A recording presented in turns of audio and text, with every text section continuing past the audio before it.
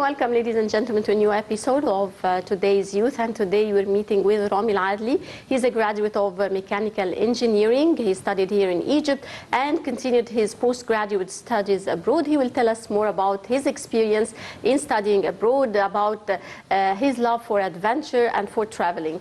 Hello, and thank you for joining us, Rami. Thank you. Thank you. Rami, I would like you first to tell me about your education, your choice of mechanical engineering as a specialization. Yeah, definitely. Since I was a kid, I've always loved to fix things and to kind of take it apart and then put it back together to try to figure out how it works. And I guess this kind of drove me to actually go and start learning more about how things work, and this was kind of tending towards engineering. I was very interested in aerospace and mechanical, especially because they involved aerodynamics and engines and stuff like that. And I guess this is kind of the initial driver, I guess, that why I wanted to go into like engineering specifically. Yeah, you continued your postgraduate studies in the U.S. Tell me more about your experience abroad in studying and as compared to your studies here in Egypt. Yeah, sure. So I studied mechanical engineering at the American University in Cairo. I graduated in May of 2014. But throughout studying at AUC, basically, I was going back and forth in the summer to do like research internships as well as research assistantships abroad. So this kind of gave me a sense on how universities operate and how they do research. I was very interested in specifically for research because I always asked the question of why is this like that, or why is it that this equation looks like that? So by asking these questions, I kind of tended towards the research side of engineering. I would say after I graduated, I had the opportunity to work abroad. So I worked for about 2 years abroad. And then after that, I started my master's at Georgia Tech in mechanical engineering. But because I've already, as an undergrad, I did a lot of research with professors, either in Egypt or abroad. And I've completed projects like by creating finding a need and then creating a new product to fill that need. I kind of got the sense on how to conduct, where exactly to do my master's and why to do my master's. So that's why I would say I started my master's degree at Georgia Tech. But of course, as a master's level, it's completely different than undergrad. So it was really more focused, more hands-on on research rather than the education side. So you're learning, but you're just learning in a different way. So it's mostly self-learning, it's mostly self-driven. It's not, I would say, professor-driven or university-driven, I would say.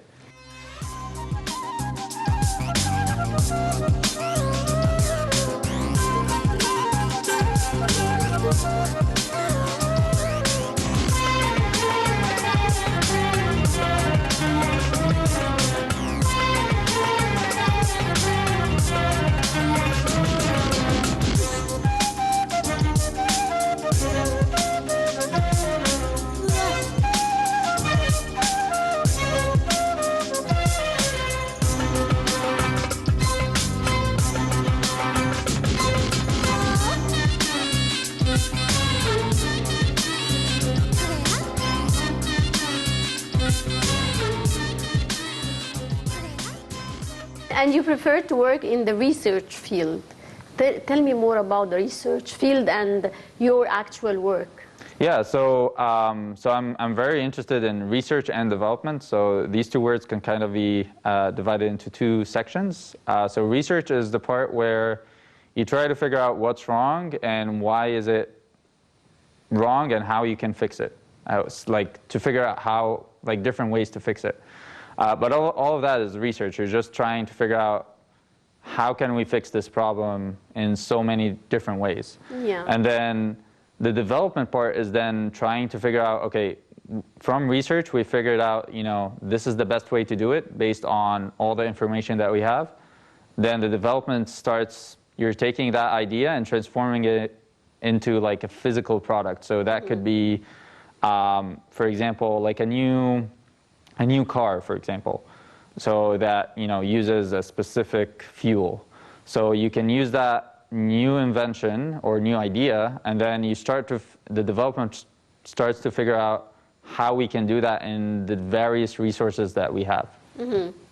Right, Rami, you have a lot of hobbies, and you love adventure. Tell me more about your hobbies. You love mountain climbing, rock climbing. Tell me more about these interesting adventures. Yeah, sure. So I have a lot of varied hobbies, I guess. So I would say since undergrad, I started kind of picking up some hobbies. This include like sandboarding, camping, things that, hiking, things that I can actually do in Egypt. And then after a while, I started to figure out, I actually like adventure and I like to travel. So I kind of combined both. There's something called adventure travel. So you travel to a destination with a scope of adventure. So that means you go rock climbing or mountain biking. Like in specific areas, you go ice climbing, for example, in Iceland. You can go kayaking in Norway. You can formulate a trip just with a specific activity or a multi-activity trip that has several adventures together. So I guess for me, I used to do a lot of kayaking. I used to do a lot of rock climbing in the US. I traveled a lot, so I went to one of the amazing trips that I had that I can mention is Norway. So Norway is a really beautiful country. I went to like a city called Tromsø. So this is like the northernmost area where there's actually urban areas in Norway. And this city has, the good thing about it is that you can see the northern lights. So the aurora borealis, the colors that you see in the sky, you can actually see them in the winter. So you can go there. The winter, the sun is only shining for about 4 or 5 hours a day. So the rest of the night is completely dark. But the good thing about it is that there is that when you see this phenomena, which is not common anywhere else in the world, it's a very fascinating and majestic thing to see.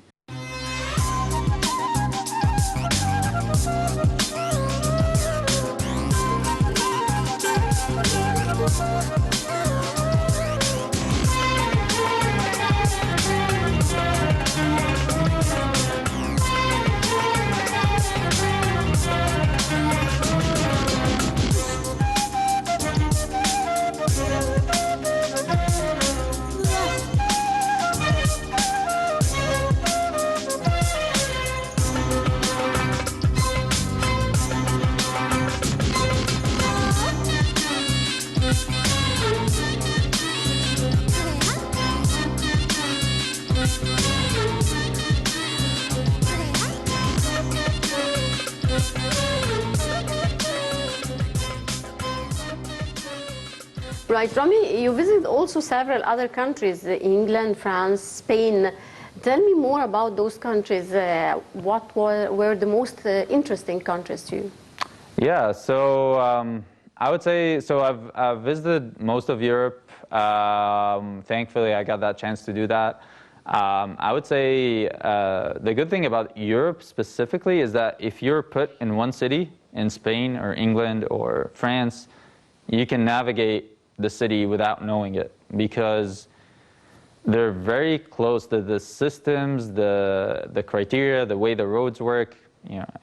Ignoring England for a bit, but every other country in Europe kind of works the same way. It has the same principles, almost same laws. So you kind of try to figure out, and walk around and do everything in the same way.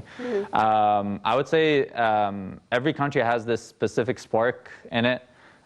France was really interesting in the culture there, especially if you go outside of Paris. Paris is a very touristic area, so you don't really feel that. But if you go outside, you'll see that the French culture is actually very diverse. And then in Spain, people are so friendly there. I would say all the Mediterranean, like Spain, Italy, Greece, I would say they're very, I would say friendly. They're very like us, like Egyptians.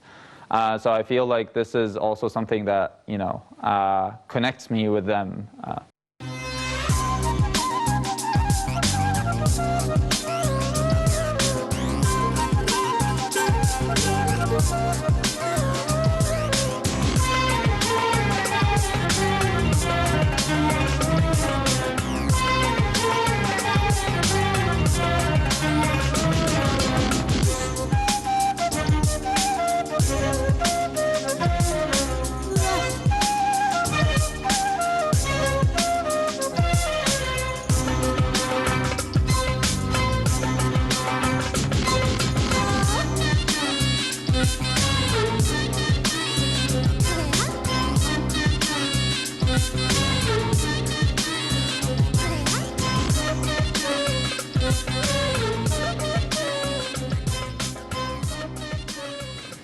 Tell me, how important is traveling in creating a bond with people abroad, youth your age? How far is it beneficial in creating this type of bond with different cultures and different nationalities, meeting youth from different countries, exchanging views and ideas and experiences? How far did you benefit from your travels? Yeah. I would say a lot. I've really benefited a lot from the travels, and I think it made me more mature, more aware of things going on. But something I just want to mention is that there's a big difference of traveling in a group with your friends under like a tour agency and traveling like completely on your own and booking everything yourself and doing everything yourself. And this is what you do? You travel on your own and you book everything by yourself? Yeah, mostly I do that. So the big difference of that is that when you're in a tour, you're putting that responsibility on somebody else, to make sure the flights are on time, make sure the bus is there to pick you up, make sure, the hotel is booked, everything is good. All the tours are organized, everything like that. When you're on your own, you're kind of... this responsibility yourself. Exactly. You're doing everything yourself. You're also not only doing that, but you're organizing your time. You're trying to figure out, okay, I have only 5 days a year. What should I do? So you have to read a lot about the city. You have to see what's really important and what's not. Maybe if you have people or friends that live there, you can ask them what's really important to see and what's not, or experience at least. So I guess the other thing is that when you travel solo, usually it is very expensive to stay at hotels. So most of the people around the world, when they travel solo, they stay at hostels. Pre-COVID, it was fine. I don't know right now, the situation is completely different, but hostels is a really nice place to stay in because they combine a lot of different nationalities in one place. And you get to know people from all around the world, and everybody there wants to explore the city. So everybody's in that hostel or in that city to explore the city. So you kind of you all have the same goal.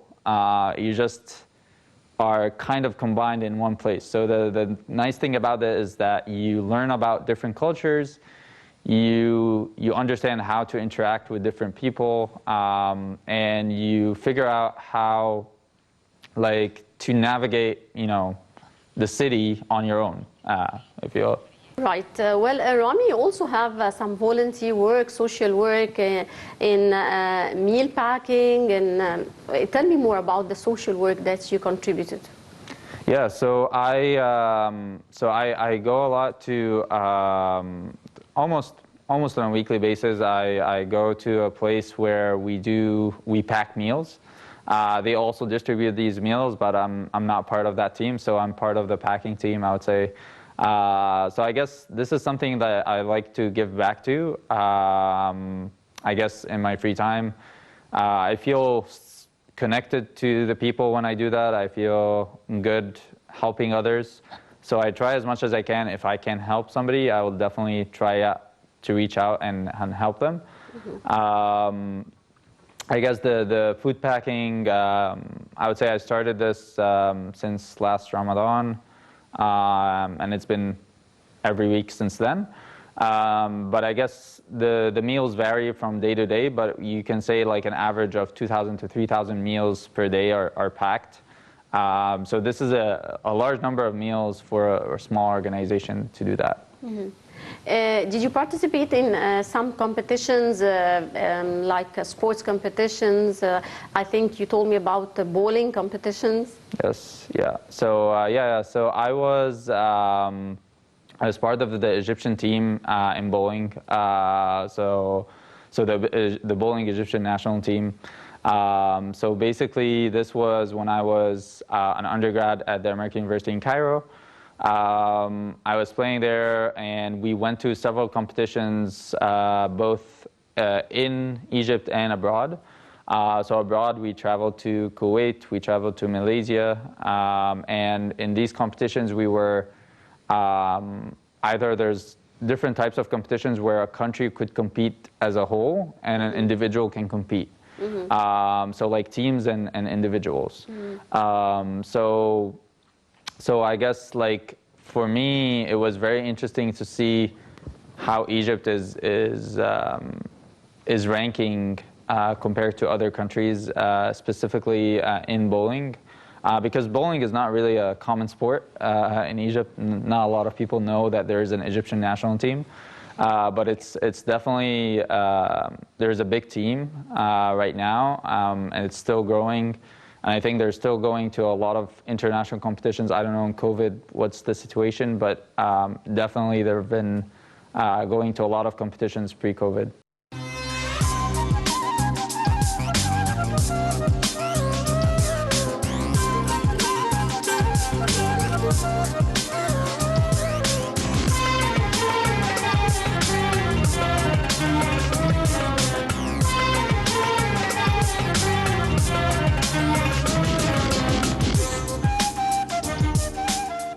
Right.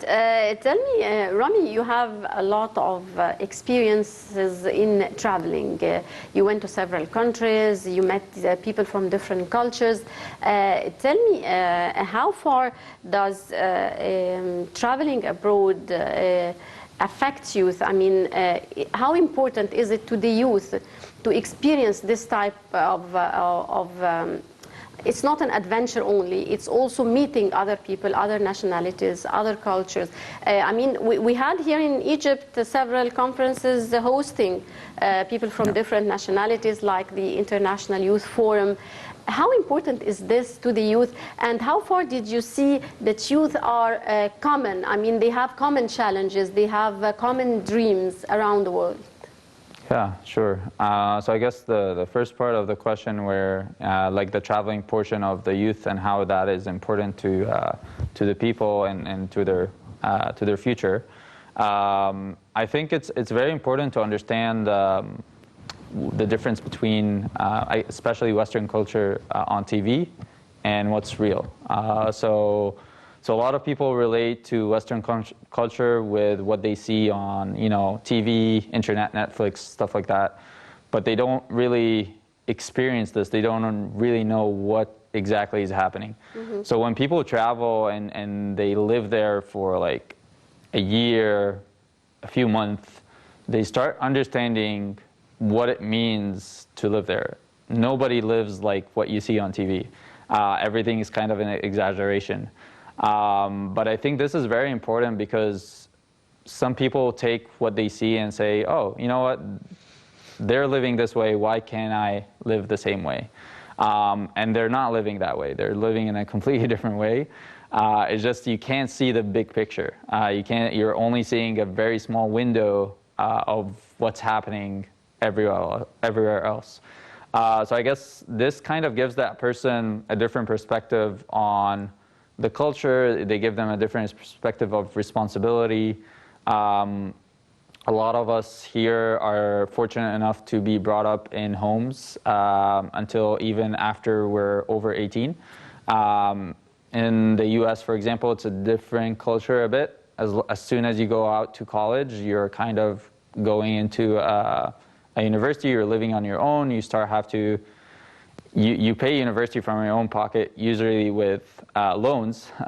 So after you graduate from college, you have to do well at college so that you can get a good job where you pay back all these loans. So their life is different. I'm not saying this is like for every individual, but this is like mostly what's happening. And this is a completely different life than a person growing up here. It's a different perspective. And I guess living there a bit would help you understand what it means to be in college and how important that is, so that you can continue to grow and continue to live life the way you want it. I guess the second portion where the conferences, the second portion of the question where the conferences are important is because there are a lot of challenges that are the same for the youth. There are some differences, of course, from country to country, but definitely there's, when you get a very diverse group of people, especially like young people, and you sit them together, they can come up with a lot of good ideas if you try to ask the right questions. So if you ask them the right questions, they're gonna negotiate, they're gonna talk together, and they're gonna figure out how they can answer you with a specific solution. And because they're very diverse, initially it will be hard for them to communicate, but then they're gonna understand each other, and they're gonna say, okay, this person likes to be, talked to in this specific way, and this person, and so on. And they're gonna be able to collaborate and create something, a good solution for some of the common problems that we have. Right. Rami, you definitely faced a lot of obstacles throughout your years of education here in Egypt and abroad, and now throughout your, you have a career now. How do you face obstacles? How do you overcome them? What would you like to tell the youth about persistence and perseverance? Yeah, sure. So yeah, definitely. There was a lot of obstacles that I faced, especially because I had specific passions. As I mentioned, I was interested in aerospace as a career, but I was also interested in astronomy, and this was kind of what drove me to aerospace. And because astronomy and engineering combined becomes aerospace, one of the things that I wanted to do in undergrad was try to figure out, to spread awareness about astronomy and how great it is, to look up in the sky and see the moon and see like the sun and understand how everything is working. So initially at AUC, when I was an undergrad at the time, there was no astronomy major or minor. There was very few professors who were interested in astronomy, and so I actually reached out to these professors and I talked to them to initiate an astronomy club. The organization was seen to be something that it's an academic thing, and people didn't want it to be formulated because they thought people are not going to be interested in astronomy. Astronomy Club right now is in 8 other universities other than AUC. This is something that I'm really proud of, that I persisted and kept going to establish the organization and to make it succeed. And I think it has paid off. It had impacted a lot of youth around Egypt, and it's something that is spreading awareness about astronomy, about space, and the importance of like a lot of the things that you understand in your daily life, you can kind of translate into like the space, I would say. So for example, every day the sun rises and sun sets, but no one thinks about how does that happen exactly. Yes. Like what is the physics behind it? Is this like something that just randomly happened, or is it easy? The sunrise and sunsets. Similar thing, like how are tides formed? Is the moon the only object moving the tides? If it is, how is it moving the tides? So there's a lot of things that I was very curious about, and I tried to tell people, you can relate space with things that happen on Earth every day. But like, you just need to understand that concept. So I think the astronomy club, I had so much challenges, initiating it, but thankfully it grew. And by tying it also to things like camping and, some of the adventure things that I liked, a lot of people started coming to the fun part, which is the camping, right? Mm-hmm. And then they get some education out of astronomy. So I think this is how the organization started to grow. Because if you say, we're gonna be, learning about, or we're gonna see the sun with a telescope, and this is the trip, people are not gonna be interested on just like seeing the sun. But if you say, we're gonna be doing barbecue, we're gonna, go to the beach, or we're gonna camp, we're gonna do like different activities, then people might be interested to join, and then you're gonna put that portion of that, solar portion or educational part in. Yes.